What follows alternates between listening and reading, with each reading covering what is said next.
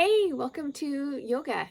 I am Sarah, and this practice is inspired by the Book of Mormon, specifically Helaman chapters 13 through 16, as following along with the Come Follow Me guidebook for the year. And today's practice is centered on cultivating faith. Faith as a tool of trust, opening hearts, and centering. And I wanted to share a few things in these chapters that really jumped out to me as the purpose and inspiration behind cultivating faith, and how maybe we can use some of these verses and themes and ideas for cultivating faith in our own lives, however that might look for any of us. So I'm going to share a few insights that jumped out to me. There's definitely more and different ones as well. So feel free to let these speak to you however they might. But I'm going to start in chapter 13. And Samuel the Lamanite has been asked by the Lord to go speak to the Nephites who are in Zarahemla. And he goes and he tries to preach and offer what's in his heart, and he gets kicked out. And the Lord says, you got to go back. So the faith speaking moment for me is right there where Samuel goes and he climbs a wall. And it's a beautiful example that sometimes we just need to go find a different way to do what it is that the Lord calls us to do. And sometimes we'll go try one thing and it doesn't work out. And so we just take the right next step in a different direction. And that is faith in action in so many ways. So while he climbed a wall and it probably felt like the most obscure way to go about doing the Lord's work, it was the next step and led to another step and another step of being able to communicate what he felt needed to be shared. Moving forward into chapter 14, as Samuel's speaking, he actually references Christ, the coming of Christ. And I love how he brings in the description of when Christ is born, there'll be light. And when Christ dies, there will be darkness. And just this symbolic meaning of, having light with Christ and without Christ, a spiritual darkness, and how that might connect in our own personal faith journey ourselves. The end of chapter 14 is the power of choice, and that we have the freedom to choose, and what we ultimately focus on will grow. And that is, to me, just an embodiment of what faith in action really is. It doesn't just come out of nowhere and just disappear. It's something that is cultivated, and just like a seed takes root and we nourish and plant that seed, that's what faith is. It's something that we're willing to plant, and we're willing to work on, and we're willing to go back to and continually cultivate and nourish. And ultimately, whatever it is that we focus on continues to grow. And that's for all of us, good or bad. I think we have lots of opportunities in everyday life to kind of learn, probably don't want to keep focusing on that because it's not going to grow the direction that I want it to. Okay, I'll go through these briefly. I know I'm skimming through quickly, but it's to get us just a little taste, a little bit of insight as we step into this practice. In chapter 15, verse 6, there's a phrase that I just love to walk with and spend time in it, and it's striving with unwearied diligence. To me, that is a beautiful definition of faith, to strive with unwearied diligence. Maybe not knowing exactly what or how things will turn out, but still willing to just take that diligent step and strive in that direction.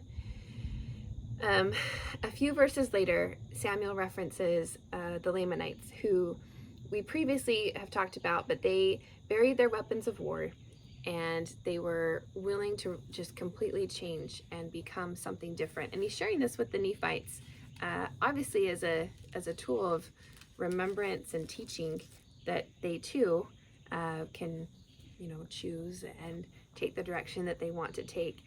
But when he's speaking of the Lamanites, and when we think about how they buried these physical weapons that were tools of, really survival for them, it's interesting to think about what it is that I can completely abandon because of my faith in Christ? You know, what is it that I can let go of and bury and move forward because of my faith in Christ? And is that, could that be a physical thing? Could that be a, daily habit or something that might not be bringing me closer to Christ? Or could that be a thought or a belief?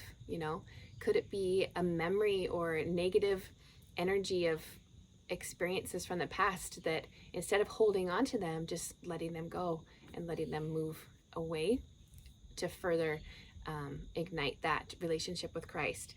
So we'll come back to that in the latter part of our practice, but just something to kind of plant a little seed as something to think about a little bit.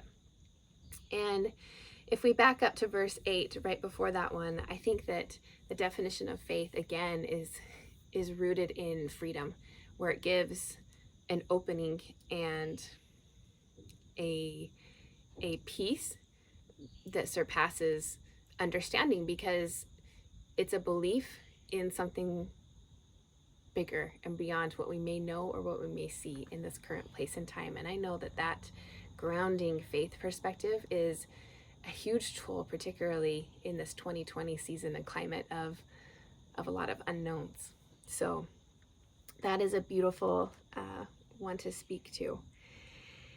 So with that being said, let's get started in our practice today. These poses are about opening and trusting and physically letting the body step into moments of faith and trust so that we can continue to open our hearts and our minds to connecting our minds and spirits to what faith looks and feels like in our bodies, in our minds, and in our spirits. And we'll finish off with a meditation centering on that as well. So let's begin in child's pose. I love child's pose as a beginning faith-based space because we get to ground ourselves and bring that heart, centering it to the earth in an open way. There's lots of ways to do child's pose. Today I'll talk through bringing those big toes together, the knees nice and wide, and then letting the arms stretch until the elbows no longer rest on the earth, lengthening through the spine. And more than letting the head just fall down, think about leading with the heart. So we're lengthening and opening that space to let the heart lead towards the earth. And as we find that heart really diving into that earth space, then we can let the arms soften, then we can let the head soften. And we continue with that heart leading, that heart opening space.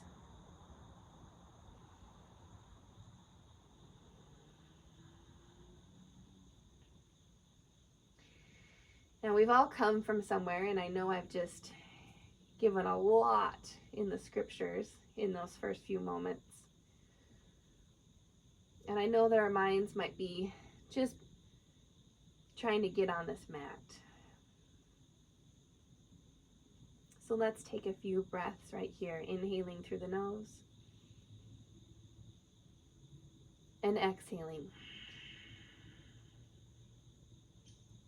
Just take a moment to tell yourself, thank you for taking the time, creating the space to be here in this moment, letting it be exactly what it needs to be for you.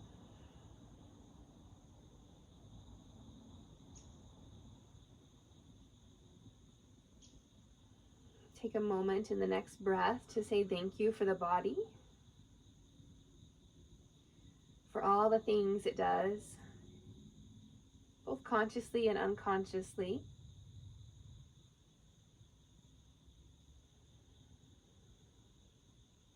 Allowing you to be here in this moment right now.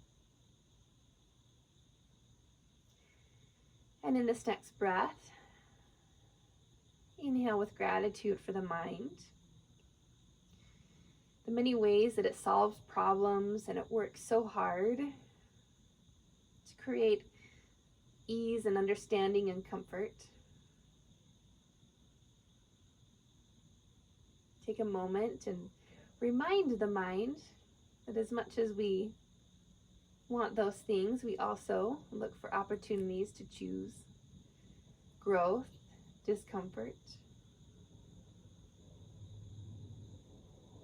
and that we may not always have answers to all of our questions. We may not always have solutions, and that's okay. And then taking another breath, inhaling through the nose for the spirit today.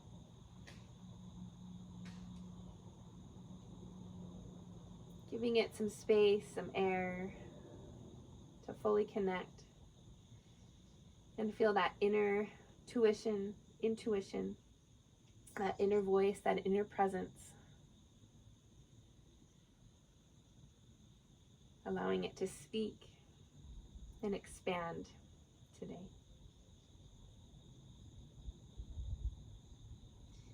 And as if we could just feel a gentle, cool breeze awakening our senses, we gaze up towards those fingertips and gently shift ourselves forward, probably noticing some sensations happening in the hips if we were really extending that heart in that new space.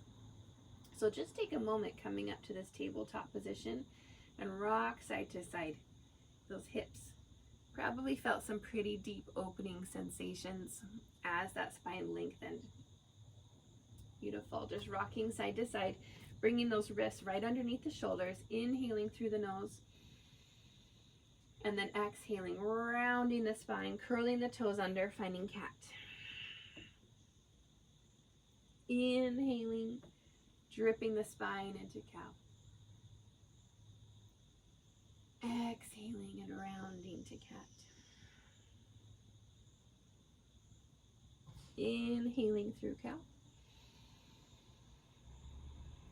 Exhaling in cat. And last inhale in cow. And the exhale, use it to center up the spine. Beautiful. Gazing over one shoulder and then the other, just to lengthen and open through that spine. Yoga actually originates and moves. It's about the spine. Everything comes from that spinal place. So learning to feel, extend, and open ultimately helps us to learn, feel, and extend more than just that body space. It connects with our emotions. It connects with our chakras. Reaching back into that child's pose position again. Feels a bit welcoming, place we've come to already in our practice. Those heads are lifted and we gaze again forward in those palms, shifting this time to a kneeling plank, lowering all the way to the earth, and then staying in this prone position. So we're letting those feet, tops of the feet, engage on the earth. We have those elbows bent, wrists right at the shoulders. And for a few breaths, we'll inhale up towards the sky and exhale back down. Just working the upper body initially, inhaling towards the sky, exhaling back down. Inhaling and exhaling, really activating and feeling that strength and opening coming through the back muscles. Letting the heart lead and expand. And then maybe on these next breaths, we let ourselves lift those legs as well.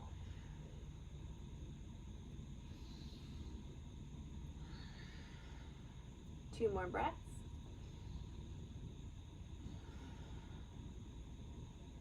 As we work through this cobra variation, pressing the palms in towards the earth, and then gently lifting, super gentle cobra. We could still let those hands come off if we needed. Beautiful. This time pressing the palms in, lifting the hips and belly, reaching into those hands, and stretching back into that child's pose position. Continuing to create your space in your spine today, awakening those senses as we curl the toes under. Stepping back to that tabletop position, lifting the knees ever so slightly, feeling that floating table, and then reaching back into fire dog, that deep knee bend, downward pose position. Again, leading with that heart, inhaling to the floating table, exhaling. exhaling to that fire dog.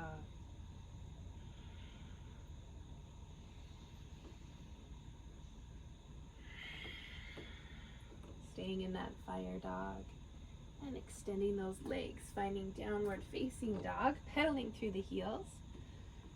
Wide fingertips in the hands.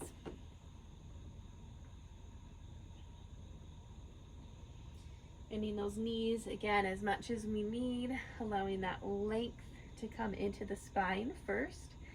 And then those hinge points, those legs and arms, just work to support what it is that we're creating in the spine. And if that means keeping a big bend in the knee, by all means, let that speak for you. Gazing at the fingertips, shifting forward. We can go back to that kneeling plank that I've talked through. I will talk through a toe plank option as well. Lowering, if we're on those toes, no more than halfway, and then shifting forward and coming up, flattening through the tops of those feet in upward facing dog. Hips lifting, those feet rotate back through into downward facing dog. So either those knees or toes.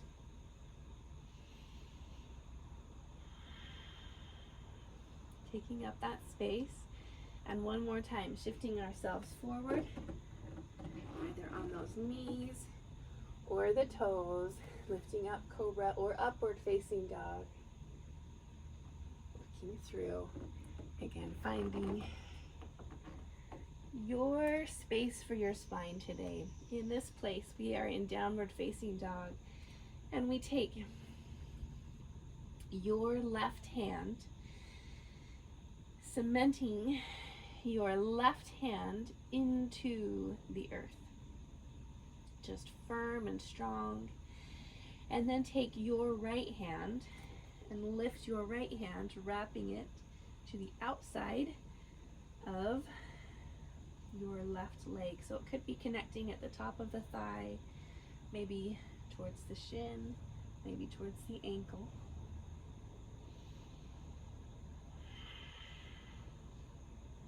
And then releasing back. Lifting those heels nice and high, bringing those toes together if they aren't already there, and lowering the heels back down. Your left leg lifts up towards the sky, knee pulls into the chest, and the foot comes in between the hands, welcoming to help guide it there. So your left foot is forward, your right leg is behind, and we continue this upward motion, planting the foot behind us and stepping ourselves to warrior one. And we can feel that warrior one space, extending those arms overhead, but we may like holding them in a goalpost arm. It can be an opening sensation for that heart and that spinal alignment that so often wants to round forward, allowing it to stack right over those hips. From here, transitioning to humble warrior, interlacing those fingers behind us. So a couple ways to do that. We can come elbow to elbow, or for a deeper sensation, interlacing those fingers with arms extended, gazing up towards the sky and hinging from the hips. The heart leads this space.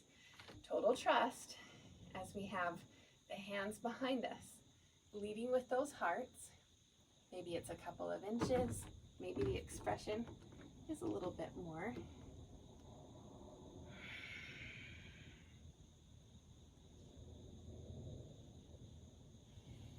Feeling those sensations as they come up.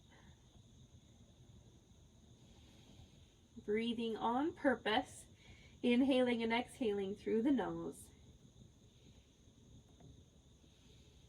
And then releasing those fingertips and big circle drawing with that right arm, opening to warrior two.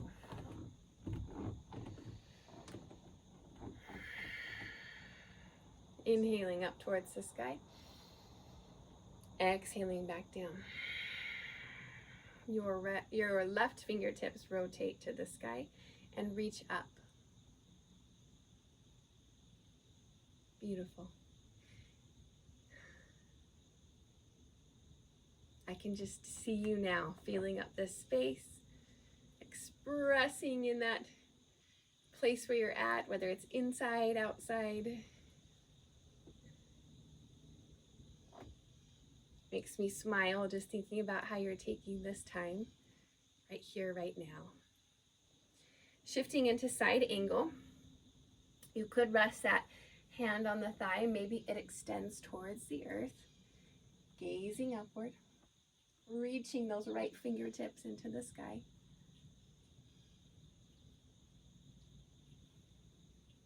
If you're familiar with a bind, you might choose to do that in this space right now, but completely up to you.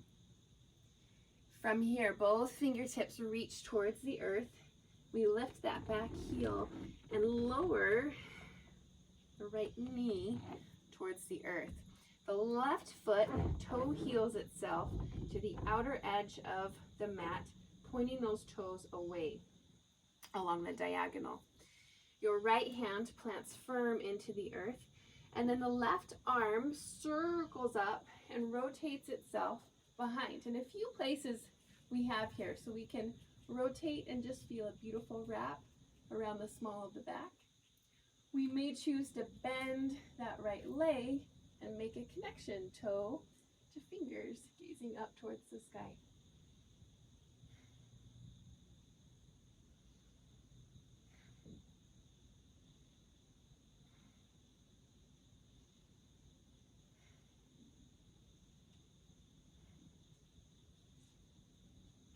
Creating that circle back with the left arm, planting it firm into the mat.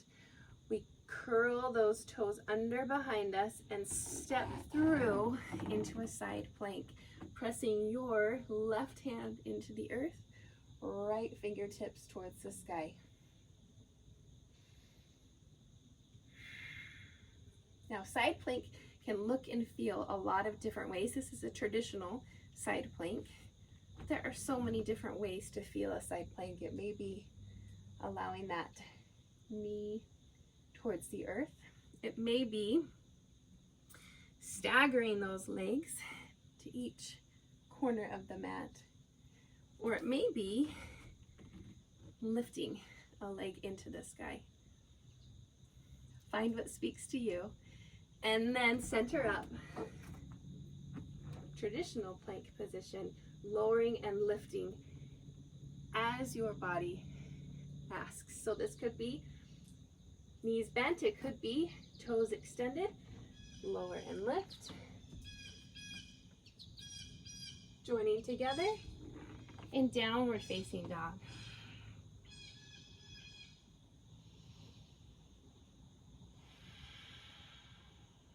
Close those eyes and allow yourself to breathe in these moments, staying in that downward facing dog position. And as if I were there with you right now, I'd come around and gently place a hand right between your shoulder blades, allowing that back to draw down and back, allowing those shoulders to open away from those ears. Allow that heart a little more space to lead in downward facing dog.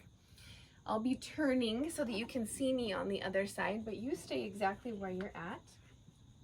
From this downward facing dog position, this time you'll be taking your left hand and connecting it to the outer edge of your right leg. That might be up along the thigh, it could be along the calf, or even the ankle. You might notice it's easier to connect on this side than when you were on the first side. That's completely normal and natural. Our spine is much more warmed up, as is our legs and body.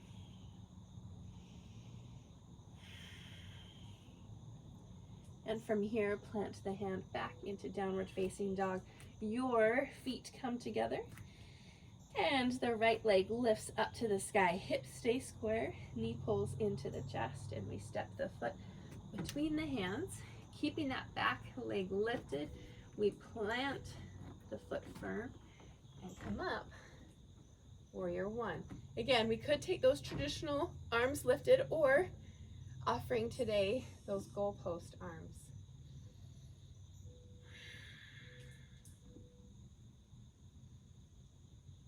Continually feeling that sensation of stacking the shoulders over the hips and the heads over the shoulders.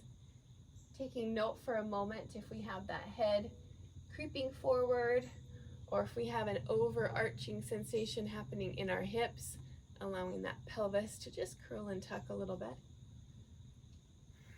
From here, coming elbow to elbow, we're transitioning to humble warrior, possibly interlacing those fingers and extending the legs, gazing up, hinging from the hips. This could be a couple of inches, and we hang out in that space.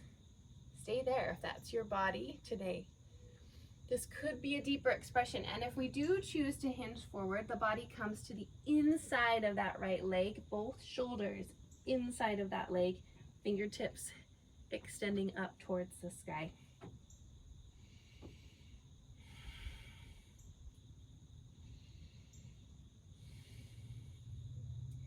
And on that third exhale, we release those fingertips, big circle, this time with the left arm taking the lead, opening up warrior two. Right fingertips rotate towards the sky, and we reach up, reverse warrior. Take a minute to take an inventory of those shoulders. Are they creeping in? Can we let that wingspan extend in those fingertips? From here, side angle. You might like resting that arm on the thigh. You may prefer extending. You may even enjoy a bind or a half bind if those terms are familiar to you.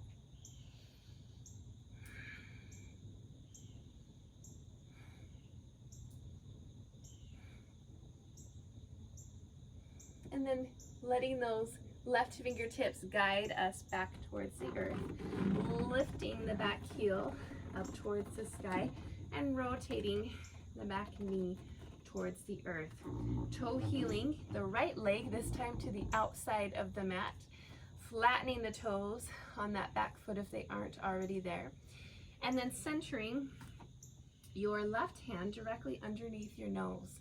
In this space, we lift those right fingertips and rotate behind us. Again, it could be resting on the top of that thigh. It could be wrapping half bind around the spine. It could be bending the leg and connecting toes and hand together.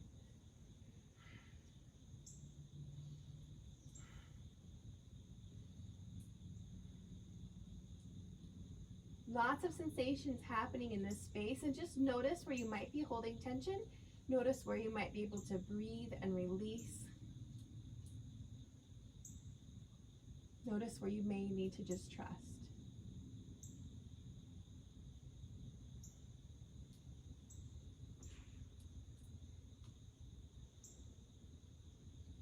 From here, letting go, creating that circle back. We root into those left toes. We root into that right hand, and then we step back into plank, working through those variations. Possibly the kneeling plank, possibly that staggered plank position, and possibly both toes up, possibly lifting. So finding that plank as it speaks to you. You might have noticed my arm making a few adjustments. I had to keep bringing my hand in so that I had it locked and loaded right underneath that shoulder. If that hand were to stay too far from my shoulder, it puts a lot of pressure on my shoulder girdle. And instead of using those amazing shoulder muscles that we've been given, it puts a lot of strain on the joint. Something we don't want to do. Those shoulder joints get enough strain as it is in everyday life. Another thing we might notice in a side plank is an activation of those obliques. So that's an engaging sensation through those muscles in the side of our core. Super beautiful to engage. And then centering up, plank position. Take what speaks to you. Maybe that's working through the knees or toes. But we lower and lift. And then find ourselves joining together in downward facing dog.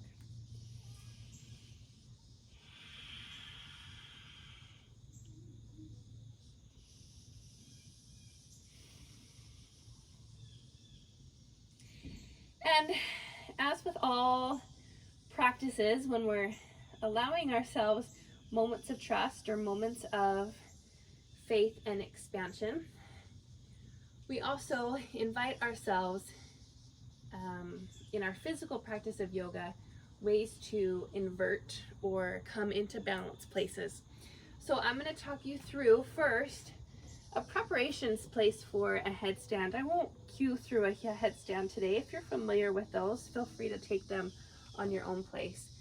But if you would just like to allow the body to build up a bit of strength, come down to those forearms in what we call dolphin pose and just rock back and forth in that dolphin place. Again, we won't be coming into that headstand formally in the practice today, but if that is something that you're very familiar with, it's very safe for you. You know that you're not putting pressure on the actual head. The spine is safe. You're in a safe space. That's completely up to you. But in this practice, I'll just be guiding you through what we call a preparation for a headstand, where we're feeling that sensation, maybe interlacing those fingers. Those pinky fingers stay closest to the earth. The rest of the palm gently opens, and all we're doing is just cradling the head into that pocket and then releasing it back out.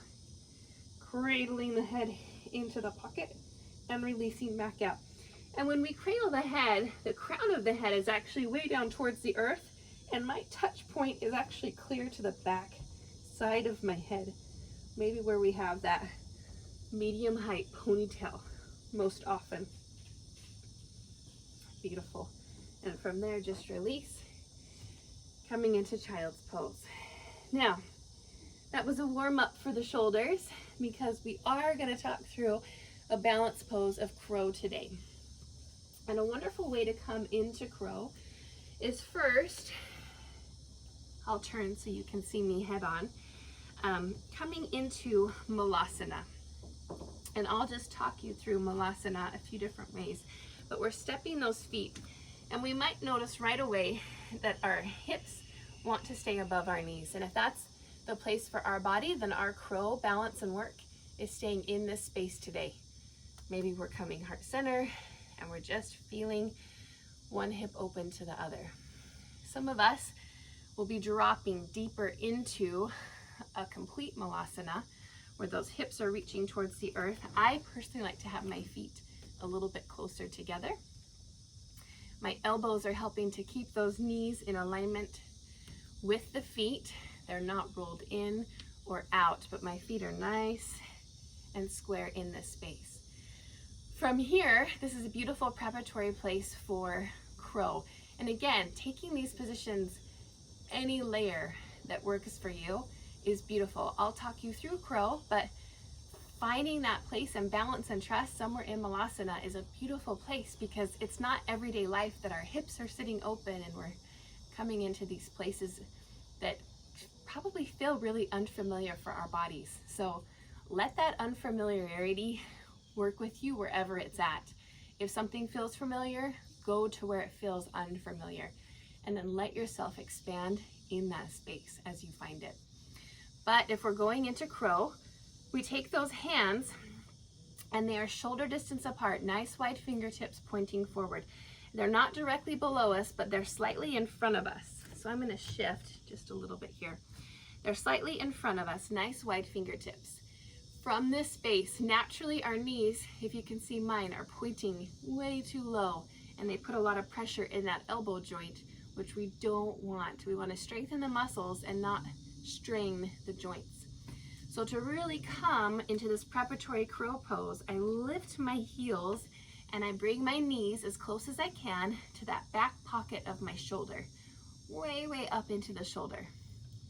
From here, I trust and I shift my weight forward more than just thinking up. I squeeze the belly, and the belly squeezes, the hips lift. That's my number one movement right there. Squeezing the belly, lifting the hips. From there, I trust and hinge myself forward. The gaze coming 6 to 8 inches in front of me.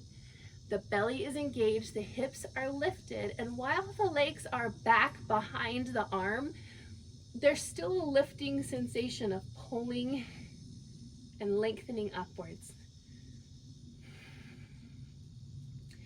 And maybe we come into this space and we stay here for a count of 5 or 30 or whatever it is.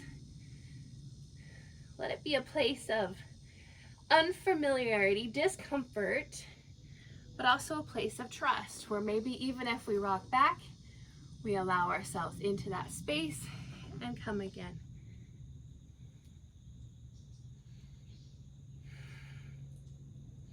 I'll turn so you can see a side visual of what this looks like, as I know sometimes on a screen it can be hard, especially when we're not in person. But again, taking those shoulders nice and high, shifting forward, belly and hips lifted.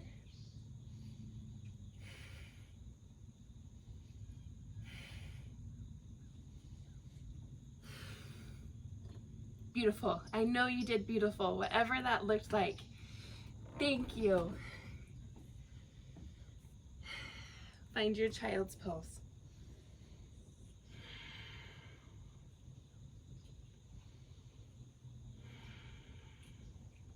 Take a moment to just tell yourself thank you for expanding into the unfamiliar. And then walk those hands towards the torso, shift onto the sit bones, and travel into cobbler's pose. Similar to butterfly, but in cobbler's pose, we keep those feet further away from the hips, almost like a large diamond shape we make with the inside of those legs. Inhaling long through the spine, and then we allow the spine to round. And it's like we're taking the crown of the head towards those feet. And it could be just a couple inches, and then we notice the sensations in our legs. It could be a further expression. Some of us may actually connect those feet and heads together. We might not, don't worry. They're both there, whether they ever actually touch or not.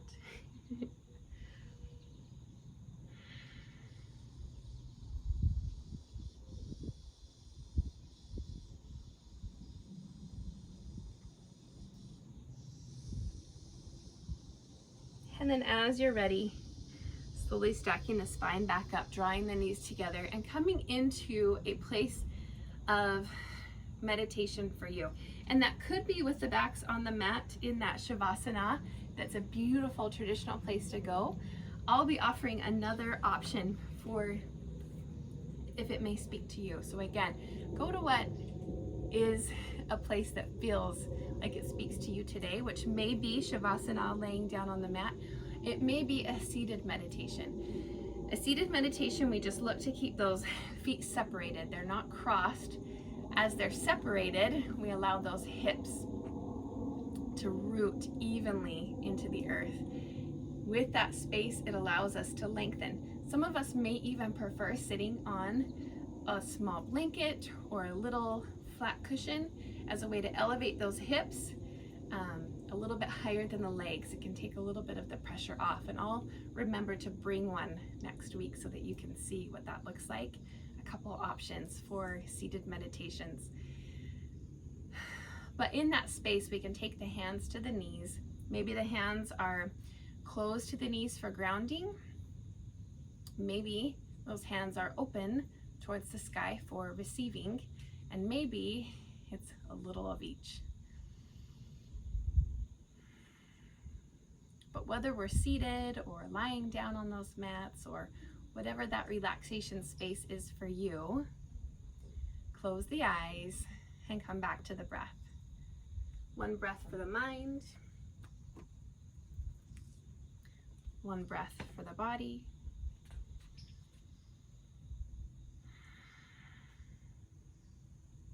And one breath for the Spirit.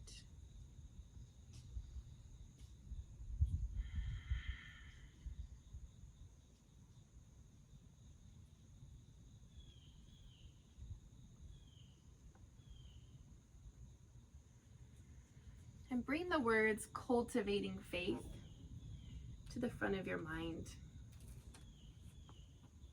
You may even find the word cultivating trust be something that connects with you, or cultivating an openness may be something that speaks to you.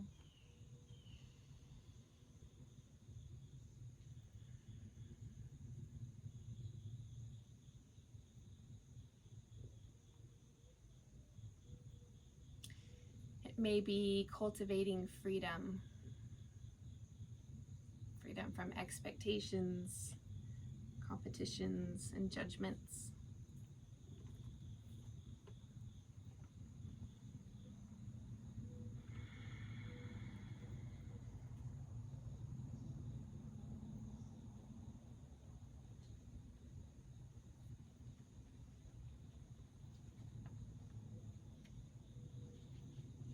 And then take for a moment to visualize a place that beckons stillness and peace for you. It could be a place by the ocean. It could be a place in the mountains.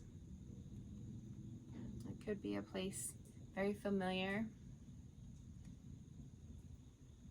within the walls of your own home. But take your minds to that space, that quiet stillness. You immediately feel a grounding, centering connection with nature. You hear and listen to the music it naturally plays.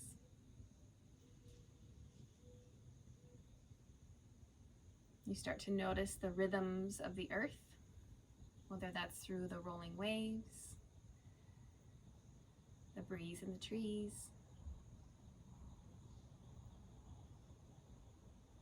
the ebbs and flows of the birds.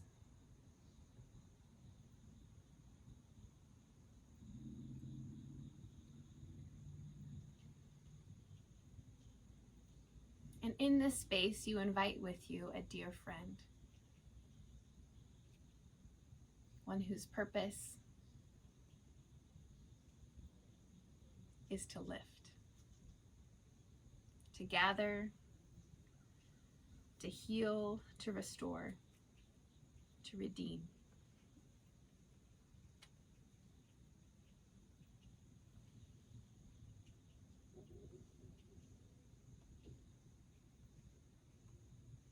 One who numbers you among his sheep, knowing that a sheep left alone or left to themselves cannot last very long. They've been proven and prone to wander and are fairly defenseless. And in this moment, you recognize that vulnerable space, that no matter how much you may try or strive to figure it out or do it the right way or overcome what may feel like an obstacle, or trust when you just don't know what's left to trust. Maybe despair, loneliness, overwhelm, and feelings of lack surround you.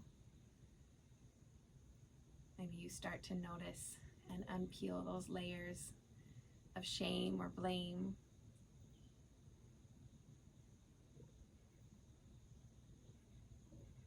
And yet in this place and in this stillness, you trust wholly that you don't have to stay. You do not have to cultivate those negative thoughts, feelings, and emotions any longer. Your healer, your next step is with and toward him. Yet, in taking that next step, there's a willingness and action that comes oftentimes with faith and trust.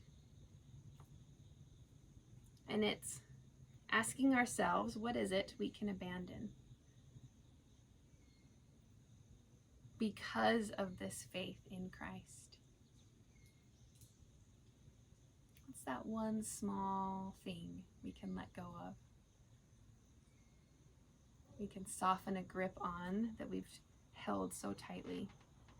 It could be a belief about ourselves that does not serve our higher purpose.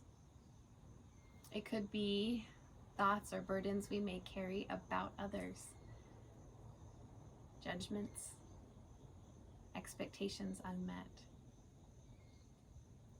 How can we let those go? We let them go through our breath. That freedom to choose. And through stepping in a deeper cultivation of faith and trust to the one healer who will walk with us every step of the way. And when we fall back or when we fall short, will meet us where we're at, but does not intend to keep us there. Soak in that space and that stillness, that welcoming whole love, inviting and waiting there just for you.